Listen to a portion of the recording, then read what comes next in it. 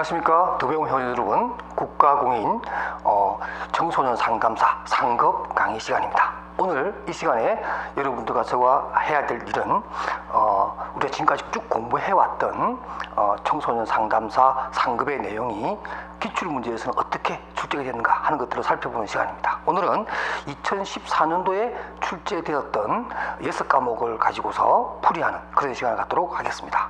먼저 오늘 이 시간 우리가 살펴볼 내용은 2014년도에 발달 심리 분야에 대한 30문제를 풀어보도록 하겠습니다.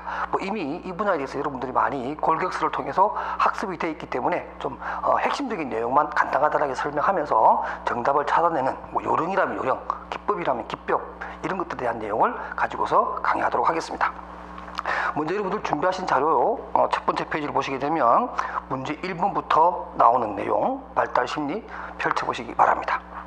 1번 문제입니다. 피아제의 인지발달 이론에서 전조작기 아동의 특징이 아닌 것은, 자, 여러분들 알다시피 피아제라고 하는 분은 감각 운동기부터 시작해서 마지막 형식적 조작기까지 해서 총 4단계로 인지발달 단계를 주창하신 분인데요.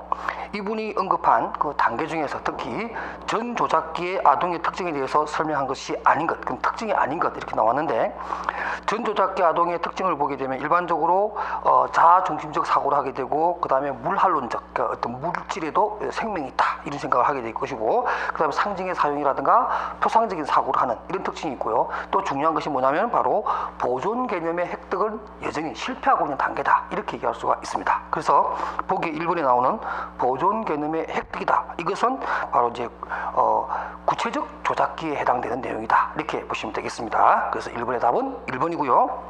2번입니다. 자폐 스펙트럼 장애의 특징이 아닌 것. 자, 이런 스펙트럼 장애 내지는 우리가 일반적으로 DSM에서 언급하는 정신질환이라든가 성격장애에 관한 유형을 묻는 문제가 많이 나오는데요. 이번 문제도 그런 문제입니다. 그래서 자폐 스펙트럼 장애의 특징이 아닌 것은, 일반적으로 자폐 스펙트럼 장애의 내용들을 보면은 일반적으로 소통에 문제가 되는 거죠. 타인과의 관계에서 상호작용에 어떠한 질적 손상 내지는 기능의 손실을 얘기하는 것이고, 또 의사소통에 문제가 있고, 또 상동적 행위랍니다. 상동적 행위라는 것은 늘 같은 행동을 반복한다든가, 또는 다른 사람들이 말한 내용을 앵무새처럼 이렇게 반복해서 얘기한다든가 이런 행동이고, 또 특이한 것은 어떤 제한된 특정 분야에 아주 고밀도의 관심도를 보이면서 그 한 분야에 대해서만 특별하게 또 기억력이 아주 좋은 이러한 특징을 가지고 있습니다만은, 5번에 보게 되면 언어성 지능에 비해 낮은 동작성 지능을 가지고 있다 이렇게 꼭까지 얘기할 필요는 없습니다. 이게 꼭 언어성 지능이 높고 동작성 지능이 낮아서 자폐다, 오히려 그게 ADHD 가깝겠죠. 그래서 이런 부분은 우리가 직접적으로 이러한 자폐 스펙트럼 장애와 관련이 없다 이렇게 보면 2번의 답은 5번이 되겠습니다. 그 다음 3번입니다. 신경성 식욕부진증에 관한 설명으로 옳지 않은 것, 이런 말입니다. 그래서 신경성 식욕부진증은 일반적으로 보통 본인이 정상 체중인데도 불구하고 아주 과체중이라고 이렇게 지각을 한다든가, 특히 또 남성에 비해서 여성들이 좀 더 예민하게 반응하는 것이고, 주로 청소년기라든가 성인 초기에 20대 여성들에게 많이 발견되는 그러한 장애라고 볼 수가 있습니다. 그래서 이러한 또 신경성 식욕부진증은 가족들과의 대화에서 통해서 어떤 그런 어떤 확인 같은 거 있죠. 괜찮다라든가 정상적이라든가 이런 것들을 확인 잘 받지 못하는 이런 상태에서 일어날 수 있는 그런 장애인데요. 보기 1번에 보면 폭식이 나타나지 않는다. 일반적으로 우리가 식욕부진이니까 뭘 먹지 않겠다 이렇게 생각할 수 있는데요. 그건 아니고요. 식욕부진증은 또 먹습니다. 그러나 뭐냐면은 폭식 화제를 사용하는 그런 유형의 경우에는 일단 폭식을 해요.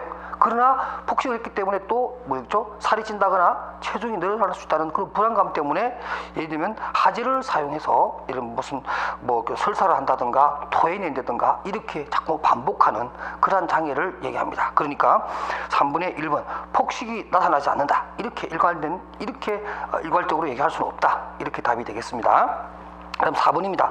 아동의 발달 과정에서 정신적 표상의 사용 증거가 아닌 것. 자, 정신적 표상의 사용 증거로서 우리가 이해할 수 있는 것은 일반적으로 대상 영속성이라고 하는 거 여러분 많이 배우셨죠? 그런 것이 있다. 그다음 두 번째는 또 지연 모방이라든가 언어를 사용한다든가 또는 5분에 나오는 가장놀이라든가 이런 것들은 일반적으로 아동의 발달 단계에서 정신적 표상으로서의 하나의 모델링하에서 보여주는 행동입니다. 그러나 보기 4번에 나오는 2차 순환 반응이라고 하는 것은 아주 그 생애 초기에 일어나는 외상 대상에 대한 그러한 반응들이고 관찰의 모습이죠. 그러니까 여기서 말하는 정신적 포상의 내용과는 좀 거리가 있다. 이렇게 볼 수가 있겠습니다.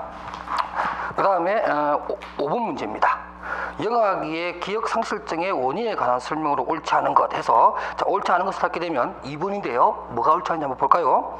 2번에 보면 영아기의 기억은 오래되어 소멸되었기 때문이다. 자, 영아기 때 기억 상실하는 이유는 기억이 오래될 것도 없죠. 뭐 나이가 이제 뭐 한두 살밖에 안 되는데 무슨 그 오래될 기억이 아니죠. 지금 2번에서 말하는 뭐 기억은 오래되어서 소멸되었다라고 하는 것은 일반적으로 우리가 자서전적 기억이라고 해서 지나간 시간이 좀 길게 지나면서 잊어버리는, 그래서 보통 3세 이후에 기억력을 상실하는 그런 일반적인 내용을 설명한 겁니다. 그러니까 지금 보기 2번의 내용은 영아기 기억 상실증과는 좀 거리가 있는 내용이다. 이렇게 볼 수가 있겠네요. 자, 나머지 1, 3, 4, 5번은 여러분 참고로 좀 읽어봐 주시고요.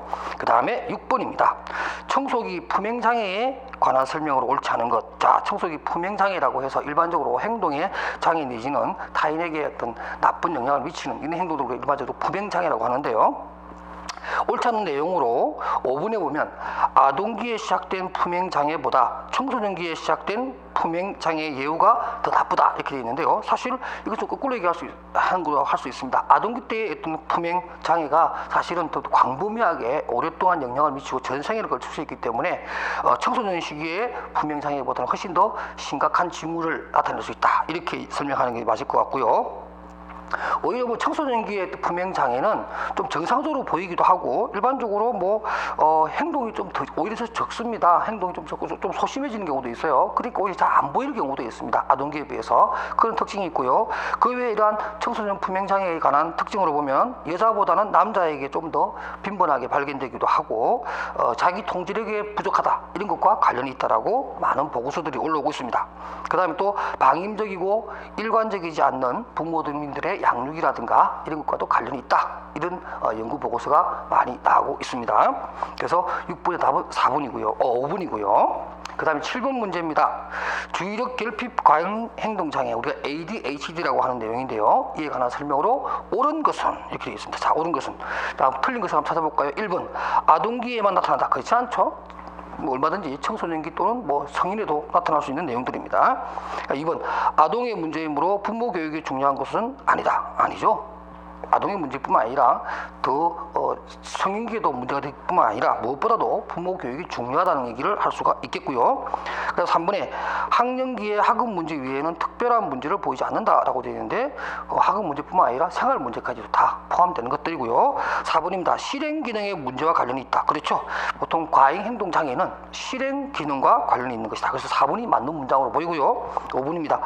아동의 과잉 행동을 억제하는데 진정제가 효과적이다. 뭐 진정제가 사실은 사용되기도 하지만은 그것은 아주 보충적으로 사용하는 것이지 이게 효과적이라고 해서 사용할 수 있는 것은 아니죠. 그래서 효과적이라고 이렇게 단정적으로 얘기할 수는 없습니다.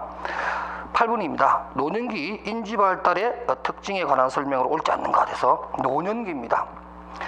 1번 볼까요? 일화 기억보다 의미 기억이 더 많이 쇠퇴한다. 이렇게 되어 있는데 이것은 거꾸로 얘기한 거죠. 우리가 보통 일화 기억이라고 하는 것은 일반적으로 에피소드 같은 것을 얘기하는 거죠. 이런 것들은 상당히 어떤 강한 어떤 기억 인자를 가지고 있어야만이 까먹지 않는 것이고요. 그러나 의미 기억이라고 하는 것은 일반적으로 축적되어 있는 지식 체계입니다. 하나의 생활의 지혜 같은 거죠. 그러니까 오히려 의미 기억을 이 나이가 들면 더더욱더 이 의미 기억은 더 많이 기억이 되는 이런 특징이 있습니다. 그래서 8번의 1번의 지문 내용이 틀렸다고 볼 수가 있습니다. 그 다음에 9번입니다. 지능검사에 관한 설명으로 옳은 것을 모두 고르시오. 이렇게 되어 있는데 옳은 것을 한번 골라볼까요? 자, 가와 난을 한번 볼게요. 웩슬러 지능검사는 지능검사의 시초이다. 우리 일반적으로 지능검사의 시초는 여러분 잘 알고 있는 비네 앤 시몽의 1905 척도 1905년 척도라고 하는 금사지죠. 그러니까 이것은 가가 틀린 거고요. 나와볼까요? 빈의 시몬 금사는 6개의 언어성 금사와 5개의 동작성 금사로 구성되어 있다. 6개의 언어성 금사, 5개의 동작성 금사라고 하는 것은 웩슬러 지능 금사죠. 그러니까 가와 나는 틀린 거고요. 다와 라는 맞는 얘기니까 9번의 답은 3번이 되겠습니다. 10번입니다. 청소년 자살에 관한 설명으로 옳은 것. 자, 청소년 자살에 관한 겁니다. 1번 한번 볼까요? 청소년의 자살 시도는 죽으려는 의도보다는 어려움을 호소하려는 의도인 경우가 더 많다. 그렇죠. 청소년의 자살 같은 경우는 어떤 면에서는 좀 의사표시라고 할 수 있습니다. 자기 힘들고 괴로운 것을 사실은 좀 극단적인 방법으로 표현하는 하나의 방법으로 볼 수 있다는 거죠. 그래서 나와 있는 것처럼 정말 죽겠다는 의도보다는 사실은 자기의 어떤 상황을 좀 극단적인 방법으로 보여주는 그러한 행동의 결과라고 볼 수가 있겠습니다. 그 외에 이번에 보면 뭐 자살에 사용된 방법은 남녀 간에 큰 차이가 없다. 차이가 있습니다. 그 다음에 3번에 보게 되면 자살 시도 비율과 실제 자살 비율 모두 소년이 소녀보다 더 높다. 뭐 이렇게 얘기할 수는 없습니다. 일반적으로 자살의 실행의 비율은 남자 청소년이 훨씬 더 높다. 이렇게 보고가 나오고 그것은 또 어느 정도 정술로 받아들일 수가 있습니다. 그 외에는 다 좀 틀린 얘기니까 여러분 참조로 봐주시고요. 그 다음에 11번입니다.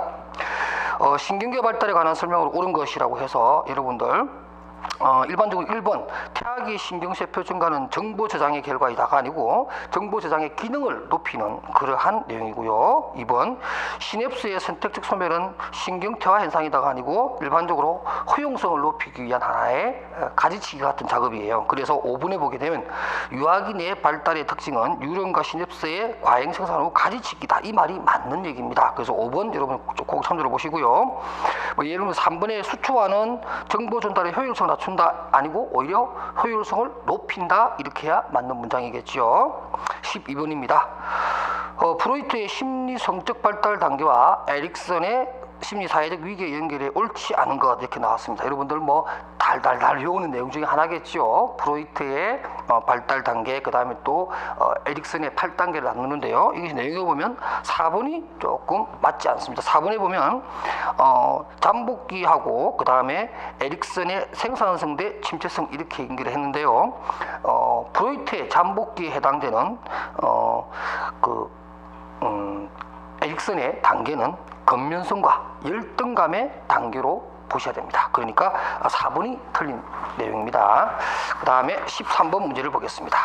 아버지의 애착에 관한 설명으로 옳은 것을 모두 고른 것을 해가지고 좀 틀린 것을 찾게 되면 나와 말을 한번 찾아보겠습니다. 나와 보면 어머니와 불안정 애착을 형성한 경우 아버지와는 안정 애착을 형성할 수 없다. 꼭 그런 것은 아니에요. 그래서 두 사람의 어떤 인간관계가 있는 것은 아니고 엄마의 불안정 애착이 있다 하더라도 또 아버지와의 관계에서 오히려 안정적 애착을 가질 수 있는 그런 기회가 되기도 합니다. 그다음 볼까요? 아버지는 어머니 양육을 지원하는 간접적 방식으로만 애착 형성에 기여한다. 그렇지는 않죠. 아빠도 얼마든지 직접적이고 간접적인 양쪽 다 직접적이고도 또 간접적인 그런 측면에서 애착 형성에 기여합니다. 14번 문제입니다. 청소년기 남자보다 여자에게서 더 높은 수준으로 나타나는 공격 유형은 해서 남자에 비해서 여자들의 어떤 그 여자아이들끼리의 어떤 공격적인 유형은 뭐냐면 관계적 공격입니다. 그래서 어떤 물리적인 공격이라든가 뭐 적대적으로 보인다든가 뭐 도구를 사용한다든가 이런 것이 아니라 관계적 공격으로서 뭐 어떤 그 관계에서 소외시켜 버린다든가 아예 뭐 예를 뭐 뒷담화라 그러나요? 나쁜 소문을 내어서 이러한 부분들을 관계를 끊어버리고 그래서 어떤 그 학생 다른 친구가 외톨이가 되어버리게 하는 이런 조금은 정말로 더 힘들게 만들어버리는 정신적으로 힘들게 만들어버리는 그러한 내용을 얘기합니다. 다음 15번입니다. 다음이 설명하고 있는 태아기 기형 발생 물질의 작용 원리는 무엇인가 하는 문제입니다. 자, 지문의 내용을 제가 한번 읽어볼까요? 임신 중 매일 알코올 30ml를 섭취한 산모의 아이들은 태어날 당시 아무런 신체적 기형을 나타내지 않는다. 그러나 이 아이들은 유아기에 주의를 집중하는데 어려움을 보이며 아동기 IQ 검사에서 평균 이하의 점수를 받았다라고 해서 처음에 나타나지 않다가 서서히 나타나는 효과, 바로 그게 5번에 나오는 수면 효과라고 하는 겁니다. 그래서 시간이 지나면서 점점 더 설득력 있는 하나의 현상 내지는 하나의 요소로서 떠오르는 것, 이런 것들입니다. 그래서 물 밑에서 변화가 있다가 나중에 어느 시점이 되면 그런 알코올의 영향력이 아이에게 영향을 줘서 하급 발달에 지장을 준다든가 이런 현상을 바로 수면 효과라고 합니다. 그 다음에 16번입니다. 다음은 마샤의 자아 정체감 지위 중 어디에 해당하는가? 자, 질문 내용에 보게 되면 부모님은 내가 가업을 이어받아 목수가 되길 바랍니다. 그래서 저는 아무 고민 없이 목수가 되기로 결심했다. 자, 이렇게 어떤 타인에게 결정권을 맡겨주는 이런 것을 갖다가 정체성 유실이라고 하는 내용, 여러분들 본문 내용 잘 알고 있죠? 이런 문제는 사실 뭐 어떤 면에서 반드시 맞춰야 되는 그런 문제라고 할 수가 있겠습니다. 17번입니다. 다음과 같은 신체적 심리적 문제를 나타내는 성염색체 이상은 이라고 해서 거기 보면은 뭐 여성이지만 가슴은 넓고 유방이 발달되지 않는다, 뭐 생식력이 없다, 언어성 지능이 정상이지만 심적 회전과 같은 공간 추론 능력이 평균 이하인, 이러한 것을 우리는 보통 터너 증후군이라고 한다. 꼭 외워두시기 바랍니다. 이 터너 증후군은 두 개의 X 염색체가 있어야 되는데 하나가 없거나 또는 뭐 있다 하더라도 어느 한쪽이 좀 불안정하거나 이럴 때 일어나는 하나의 장애라고 볼 수가 있습니다. 다음 18번입니다. 죄책감과 수치심에 관한 설명으로 옳지 않은 것인데요. 1번입니다. 죄책감은 외적이 아니고 내적 기인으로 보는 것이고, 바로 수치심은 외적 기인과 관련하여 어떤 상대가 있어야 느끼는 그러한 것을 우리가 수치심이라고 합니다. 조금 빠르게 진행할게요. 다음 19번입니다. 다음에 해당하는 놀이의 유형은 영희와 순영이는 같은 방에서 놀고 있다. 순영이는 영희가 가지고 놀던 인형을 바라보고 있다가 영희가 인형을 내려놓자마자 그 인형을 가지고 놀기 시작하고, 두 아이는 서로의 놀이에 직접적인 영향을 미치지 않지만 마음속으로 서로를 의식하는 것처럼 보인다 라고 해서 일반적으로 동일한 놀이를 하면서 서로 간섭하지 않고 서로 따로따로 잘 노는 이러한 놀이를 평행놀이라고 한다는 거 알아두시기 바랍니다. 20번 문제입니다. 좀 까다로웠던 문제인데요. 이런 겁니다. 시험에서 낮은 점수를 받은 후에 다음과 같이 말한 학생의 귀인 장식과 실패 후 반응에 바르게 묶은 것은 해서 음악회 가지 말고 공부를 더 했어야 하는데 아마 시험이 점수가 별로 안 좋았던 모양이죠. 자, 이런 경우에 보통 자기가 노력하지 않은 것에 대한 후회니까 내적 불안정 기인에 해당되는 것이고, 그 다음에 무기력 반응을 보이는 것이 아니라 뭐 다음에는 좀 더 열심히 해야겠다라고 하는 나름대로의 어떤 그 얘기를 하는 거죠. 그래서 습관적 지향적 반응을 보여주는 전형적인 모습입니다. 그래서 20번의 답은 2번이고요.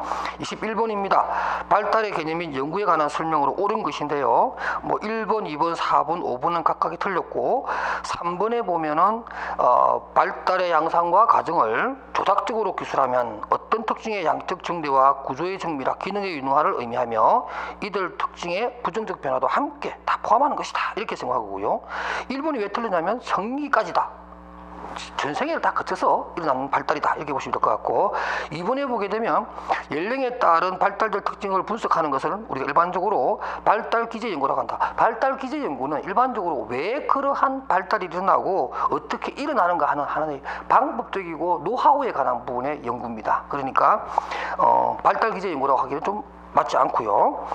그 다음에 또 5번에 보면 이것도 문장이 어려운데, 변화와 과정을 설명하기 위해서는 집단의 기준을 탐색하는 것이 중요하다. 그러니까 변화의 과정을 따져보는 거니까 우리가 평균적인 부분이라든가 남들과 비교하기 위해서는 집단 내 기준을 가져가야겠지만, 개인의 어떤 변화와 과정을 알아보기 위해서는 집단 내 기준이 아니라 개인 발달 기준을 살펴보는 것이 더 중요하다, 이렇게 설명할 수가 있겠습니다.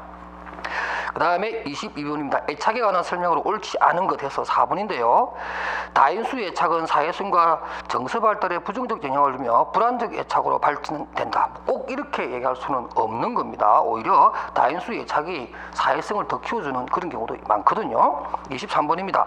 다음의 현상을 나타내는 개념, 영아의 기질과 어머니의 성격 및 양육 방식 간의 관계를 나타내는 개념으로 어머니가 영아의 타고난 기질적 성향을 파악하고 또 수용하여 양육 방식을 조절하면서 아동 발달을 최적화할 수 있다는 것을 의미하는 것으로 일반적으로 조화의 적합성이라고 하는 말입니다. 사실 뭐 문장 속에 답이 있어 보이는 그런 문제라고 할 수 있겠죠.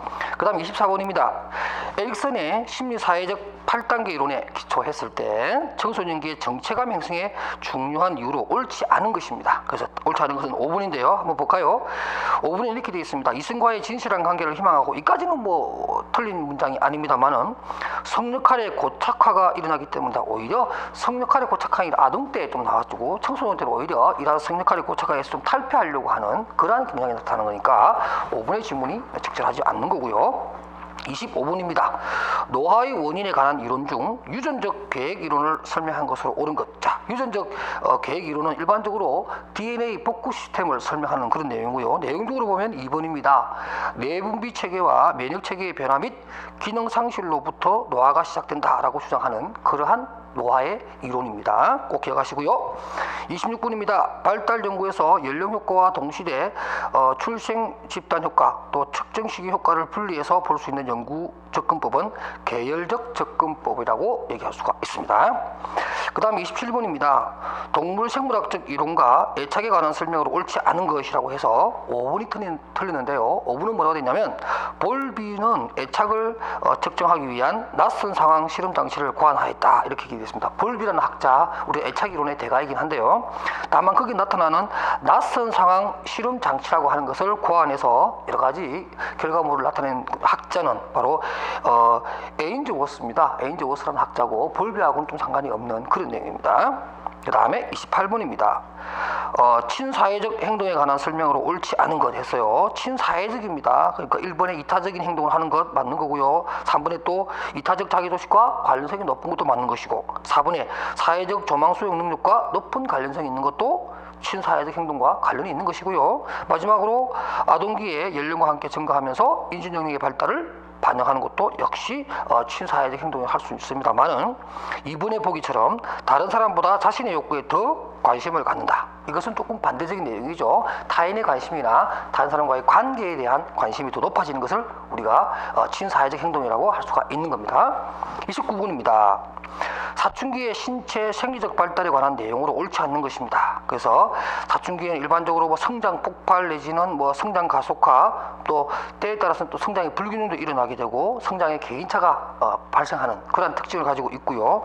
또 2차 성징으로서 안드로겐과 에스트로겐의 작용 이런 문제도 우리가 얘기할 수 있는 것인데 4번에 보면 이런 말이 나오네요. 운동 능력 및 근육의 발달은 사회적 부적응과 일탈 행동의 주요 원인이 된다라고 되어 있는데 뭐 운동 능력이 커지고 근육의 발달이 되는 것은 당연한 것인데 그것이 사회적 부적응의 어떤 원인 또는 일탈 행동의 원인이 되다라고 얘기할 수는 없는 겁니다. 물론 뭐 근육이 발달되어서 뭐 집어던지거나 부시거나 뭐 이럴 수는 있겠습니다만 그건 자연적인 하나의 성숙에 관한 문제이기 때문에 이것이 직접적으로 이러한 사회적 부적응과 일탈 행위의 원인이다 이렇게 얘기하기는 좀 힘들 것 같습니다.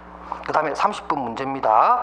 영아기 신체 발달에 관한 설명으로 옳은 것을 모두 고르시오. 다 되어 있습니다. 그래서 보면 가. 신생아는 머리 크기가 성인 머리의 약 70%에 이를 만큼 머리부터 발달한다. 이렇게 보통 얘기하죠. 맞는 얘기고요.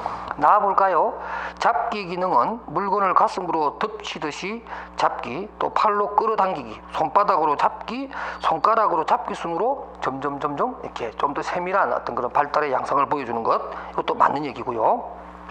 그럼 다 볼까요? 촉각은 환경에 대한 지식을 습득하는 주요 수단으로 출생 시 손과 발에 집중되어 있다. 출생 시에는 주로 입술이라든가 혀 또는 뭐 이마, 주로 입술이 많죠. 애들 갓난쟁이들 뭘 손에 쥐어주면 계속 입으로 막 집어넣으려고 하는. 그래서 오히려 촉각은 입술이라든가 혀 이런 또 이마 이런 데서부터 먼저 발달하면서 점점 하다가 손과 발로 이렇게 발달되는 내용을 우리가 배웠고요. 그 다음에 에라 볼까요? 이행운동 기능은 머리 들기, 뒤집기, 혼자 앉기, 혼자 서기, 가구 잡고 걷기, 잘 걷기, 계단 오르기 등 점점점 이렇게 발달하는 내용 순서 올바르게 나열되어 있고요. 나와 볼까요? 눈으로 보는 것을 잡을 수 있는 해병 기능은 그러니까 눈에서 보고 가서 딱 잡는 것은 사색경에 발달한다. 아니죠.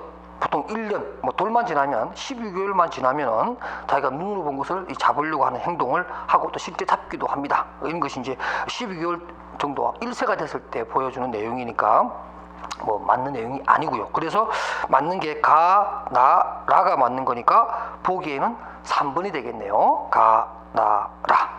자, 이렇게 해서 2014년도에 발달 심리 쪽에 나온 내용들을 우리가 풀어봤는데요. 뭐 특별하게 어렵다고 보기에는 힘든 아주 평이한 문제가 출제됐던 그런 내용이라고 할 수 있습니다. 뭐 여러분들 기출문제 많이 풀어보시고요. 또 저랑 이렇게 기출문제 풀어보면서 여러분들 배우신 내용들 좀 정리하는 그런 시간을 갖도록 계속해서 이 시리즈를 이어가도록 하겠습니다. 오늘 여러분 수고하셨습니다.